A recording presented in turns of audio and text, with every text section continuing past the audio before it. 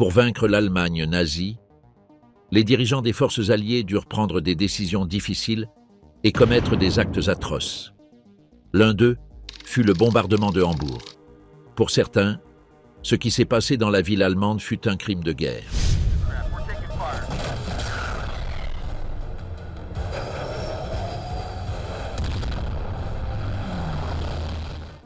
L'incursion visait à briser le moral allemand, et elle y parvint. Des hôpitaux, des écoles et des églises ont brûlé. Plus de 5000 bâtiments ont été entièrement détruits, et plus de 100 000 personnes se sont retrouvées sans abri, qui, une fois le bombardement terminé, dut recommencer à soigner près de 5000 blessés et à enterrer 1500 morts. Mais ce n'était que le début de l'opération Gomorrhe. Pour d'autres, l'épisode évoqua le passage biblique de la Genèse 19, 24 à 25. Alors le Seigneur fit pleuvoir du ciel du soufre et du feu sur Sodome et Gomorrhe. Il détruisit ces villes, toute la plaine, tous leurs habitants et même la végétation du pays. L'opération fut un succès militaire, mais à un coût incommensurable.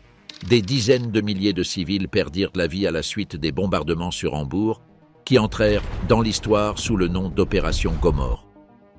Entre 20 et 45 heures et 23 heures, le 24 juillet 1943, 814 bombardiers britanniques décollèrent d'aérodromes situés dans les comtés de Lincoln, Cambridge et York. 347 Avro Lancaster, 246 Handley Page Halifax, 125 Short Sterling, 85 Wellington et 11 Mosquito prirent la route de l'Allemagne. Leur mission était claire, déchaîner l'enfer sur la ville de Hambourg. À Ostende, en Belgique, une station allemande signala des contacts près de la côte est du Royaume-Uni. Une autre station radar nazie, située 200 km plus au nord sur l'île de Terschelling, avertit qu'un grand nombre d'appareils avaient décollé de base de la Royal Air Force. L'information parvint rapidement au centre de commandement de la défense de la Luftwaffe, installé en souterrain dans la ville de Stade. De là, le général-oberst Walter Schwabedissen ordonna à toutes les unités de chasse de nuit protégeant les régions occidentales du Reich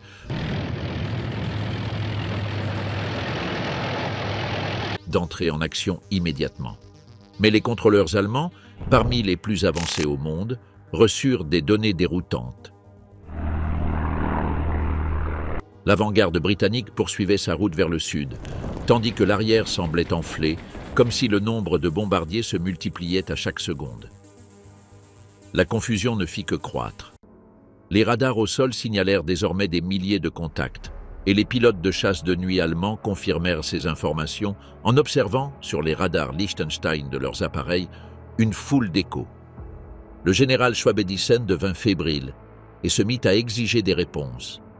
Sous pression, les contrôleurs tentèrent d'obtenir des précisions auprès des stations radars, des postes d'écoute et des avions de reconnaissance, mais en vain. Toutes les informations se ressemblaient. Un instant, l'ennemi se trouvait au-dessus d'Amsterdam. L'instant d'après, au-dessus de Bruges, puis en mer. Les pilotes de chasse allemands étaient désorientés, ne sachant ni quoi faire ni où aller. Une seule chose était certaine, une horde d'appareils britanniques approchait. La Royal Air Force avait réussi à tromper la défense allemande en utilisant pour la première fois la technologie secrète baptisée Window.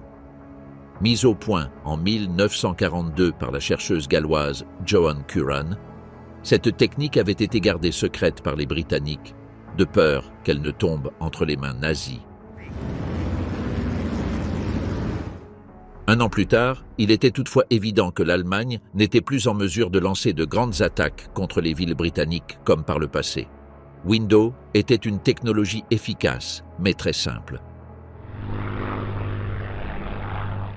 Des bandelettes de papier aluminium créaient l'illusion de vastes formations d'appareils fictifs, saturant les écrans radars de faux échos. Les équipages larguaient des paquets de ces filaments par les trappes. Les gerbes se dispersèrent dans le ciel et généraient des retours fantômes sur les radars allemands.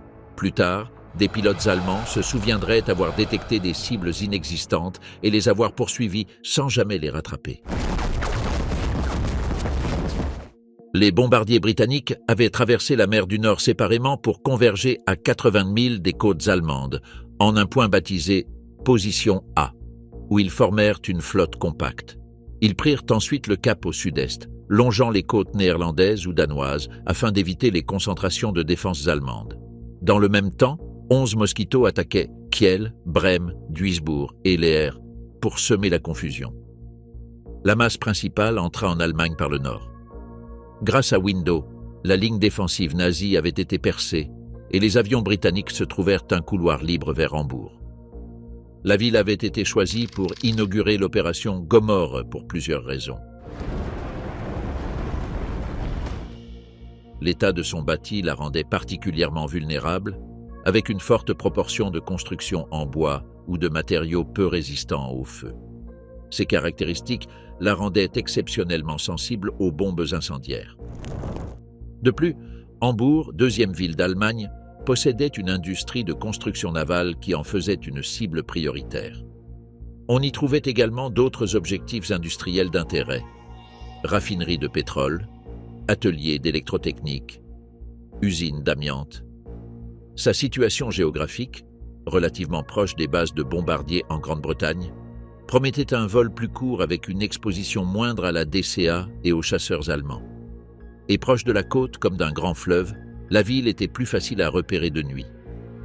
Pendant 4 nuits et 2 jours, la Royal Air Force britannique et la 8e armée de l'air américaine allaient ravager la 2e ville d'Allemagne.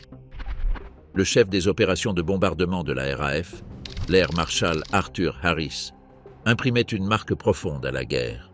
Le premier bombardement aux 1000 avions sur la ville allemande de Cologne, connu sous le nom d'opération Millennium, avait constitué un tournant pour la Royal Air Force. Près d'un an plus tard, en mars 1943, les Britanniques lancèrent une campagne de 4 mois contre les villes industrielles de la Ruhr. La bataille de la Ruhr fut un succès. De nombreuses cités allemandes furent attaquées sans que les équipages britanniques ne subissent de pertes majeures. Après la Ruhr, le haut commandement de la RAF concentra ses efforts sur Hambourg. En juillet de la même année, la capacité de navigation des bombardiers s'était améliorée grâce au système G et à la mise en service du nouveau radar aéroporté H-2S.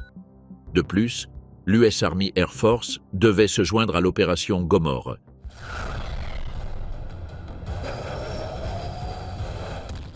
Pour mener des bombardements de précision diurne contre les usines de moteurs d'avions et les chantiers sous-marins, afin de soutenir la marine alliée engagée dans l'Atlantique. Tout était prêt pour frapper la ville, et les chefs militaires alliés affichaient un grand optimisme. Mais les pilotes chargés d'exécuter la mission l'étaient moins au moment de monter à bord. Des pilotes comme Bill McCree, qui volait sur Lancaster au sein du 57e Squadron, racontèrent s'être sentis physiquement mal 10 minutes avant le décollage, inquiets de ce qui allait se passer. Et leur crainte, comme celle de beaucoup d'autres, était justifiée. La ville qu'ils allaient frapper était lourdement défendue par 54 batteries lourdes de DCA, 26 légères et 22 projecteurs. Une tour en béton armé protégeait le centre et le port avec 16 canons flak de 128 mm. En outre, d'autres pièces de 128 mm et 48 canons de 105 mm pouvaient être rapidement déployés par train, appuyés par des chalands de défense armés sur l'Elbe. Beaucoup de pilotes avaient vu leurs camarades mourir au cours d'incursions précédentes sur Hambourg. Certains commandants considéraient même qu'il eût été plus sûr d'attaquer d'autres cibles. Mais Arthur Harris était un homme dur pour des temps durs, et il croyait fermement en la technologie Window. Il jugeait que l'heure était venue d'écraser la ville. Il ne se trompait pas. La Royal Air Force ne pouvait guère rêver d'une meilleure nuit pour lancer l'assaut. Les conditions de vol étaient parfaites, la clarté lunaire était faible et la réaction de la Luftwaffe timorée. Bien qu'à un moment, elle parvint à brouiller les signaux du système G, tous les efforts allemands demeurèrent cette nuit-là sans effet. En route, 45 bombardiers durent rentrer à leur base pour des pannes mécaniques. À peine 6% des unités, un taux dans la moyenne pour une opération de cette ampleur. Ils ne rencontrèrent que quelques chasseurs de nuit allemands Bf-110, 2 d'entre eux étant abattus par des Lancaster. Ce soir-là, la chance souriait aux Britanniques. La RAF avait prévu qu'un groupe de Mosquito frappe les terrains des chasseurs de nuit allemands afin de les détourner. Mais en raison du brouillard, un seul put décoller. Cela ne les pénalisa pas. Au contraire, l'absence d'attaque contribua à la confusion au poste de commandement de la Luftwaffe. À 0h20, les groupes de bombardiers se rassemblèrent à la position A et se disposèrent en 6 vagues. En tête volaient 6 Lancaster du Pathfinder Force, chargés d'identifier et de marquer les objectifs.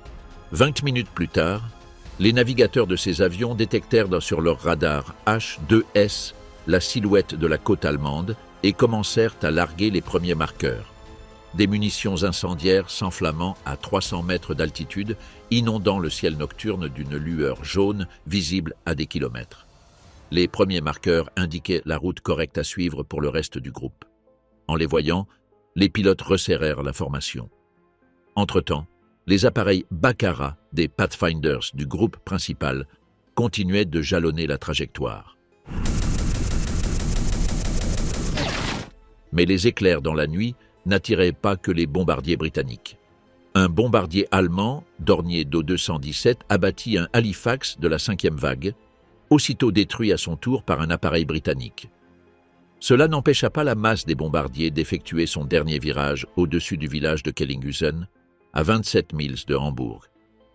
En le survolant, certains avions commencèrent à larguer des tracts de propagande et 6 Wellington se séparèrent du groupe principal pour mouiller des mines à l'embouchure de l'Elbe. Le châtiment venu du ciel approchait. Il restait 7 minutes avant que le feu ne s'abatte sur la ville. Un peu plus tôt, à 0h33, la sirène d'alerte retentit pour la première fois à Hambourg. Le secrétaire d'État diffusa un message urgent à la radio, avertissant qu'un grand nombre d'appareils se dirigeaient vers Hambourg pour la bombarder. Il insista pour que tous les citoyens gagnent immédiatement les abris. Puis, toutes les lumières extérieures de la ville furent éteintes. Seul le ciel demeura éclairé par la puissance des faisceaux de DCA. Mais après plusieurs mois de fausses alertes, nombre d'habitants préférèrent rester au lit. Certains racontèrent plus tard qu'il leur paraissait ridicule de vivre perpétuellement sur le qui-vive alors qu'il ne se passait jamais rien.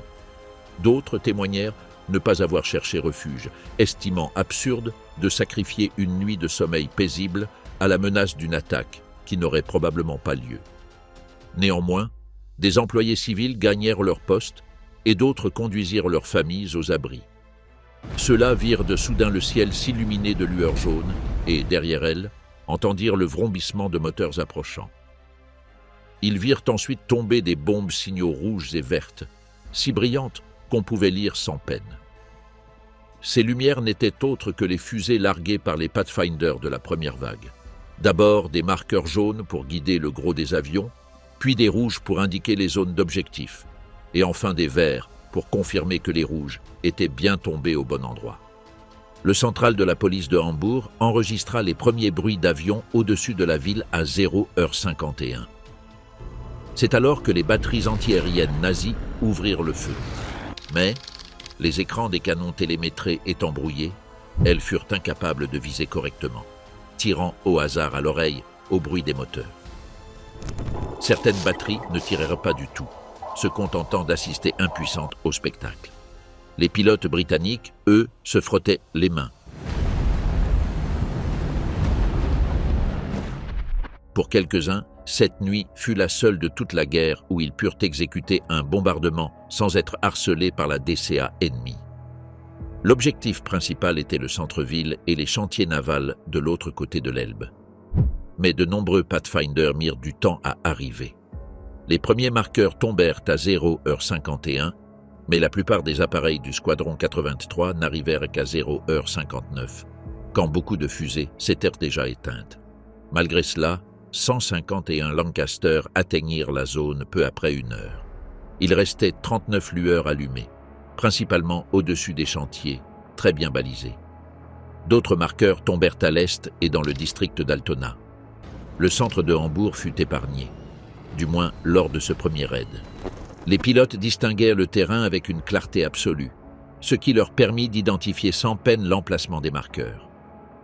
L'absence de résistance, due à une défense allemande complètement désorganisée, leur permit de stabiliser leurs appareils et de larguer leurs bombes, Certains racontèrent plus tard qu'il ne leur fallut que 20 secondes pour se mettre en position et commencer l'attaque.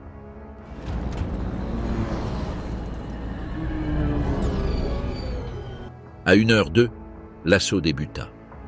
Par le nord, les Lancaster commencèrent à larguer des bombes explosives lourdes, des General Purpose de 1000 livres et des Blockbusters de 4000 livres, sinistrement surnommés Cookies, sur les zones est-nord-ouest de la ville, Ham, Heilbeck, Borgfeld et les abords de Hohenfeld. Le but était de souffler toitures, portes et fenêtres, de creuser des cratères dans les rues et de détruire canalisations et réseaux d'eau afin de compliquer l'extinction des incendies à venir. Au sol, les civils entendirent les détonations et comprirent trop tard que, cette fois, ce n'était pas une fausse alerte. Beaucoup ne croyaient pas que leur ville serait bombardée et coururent désormais désespérés vers les abris. Ils s'étaient habitués à regarder depuis toits et balcons le spectacle de la DCA repoussant les attaques contre les usines d'armement. Cette complaisance allait leur coûter la vie. Cette fois, le tir anti-aérien fut si sporadique et inefficace que plusieurs pilotes britanniques feignirent d'effectuer un passage d'entraînement avant de bombarder avec précision. Pour tromper l'ennemi, les Allemands furent contraints d'allumer des feux de balisage dans des champs vides, stratagème qui fonctionna et abusa quelques escadrons. D'autres avions larguèrent leurs bombes trop tôt, provoquant le phénomène de creepback, qui incita des appareils suivants à bombarder le même point.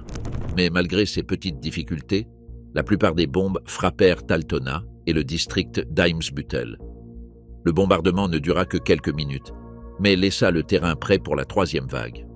Une troisième vague d'avions, cette fois composée de Halifax et de Lancaster, commença à répandre des bombes incendiaires au magnésium, au phosphore blanc et à un napalm rudimentaire. Les quartiers de Ham, Barmbek et Vansbeck, riches en bâtiments en bois ou à structure mixte, virent se multiplier les foyers qui endommagèrent gravement les infrastructures de la ville. Hambourg comptait 40 000 pompiers prêts à combattre les flammes, mais les Britanniques savaient qu'ils s'emploieraient à les éteindre. Ils envoyèrent donc une quatrième vague qui, de nouveau, largua des bombes explosives sur des zones partiellement détruites afin d'effondrer des murs affaiblis et d'attiser les incendies.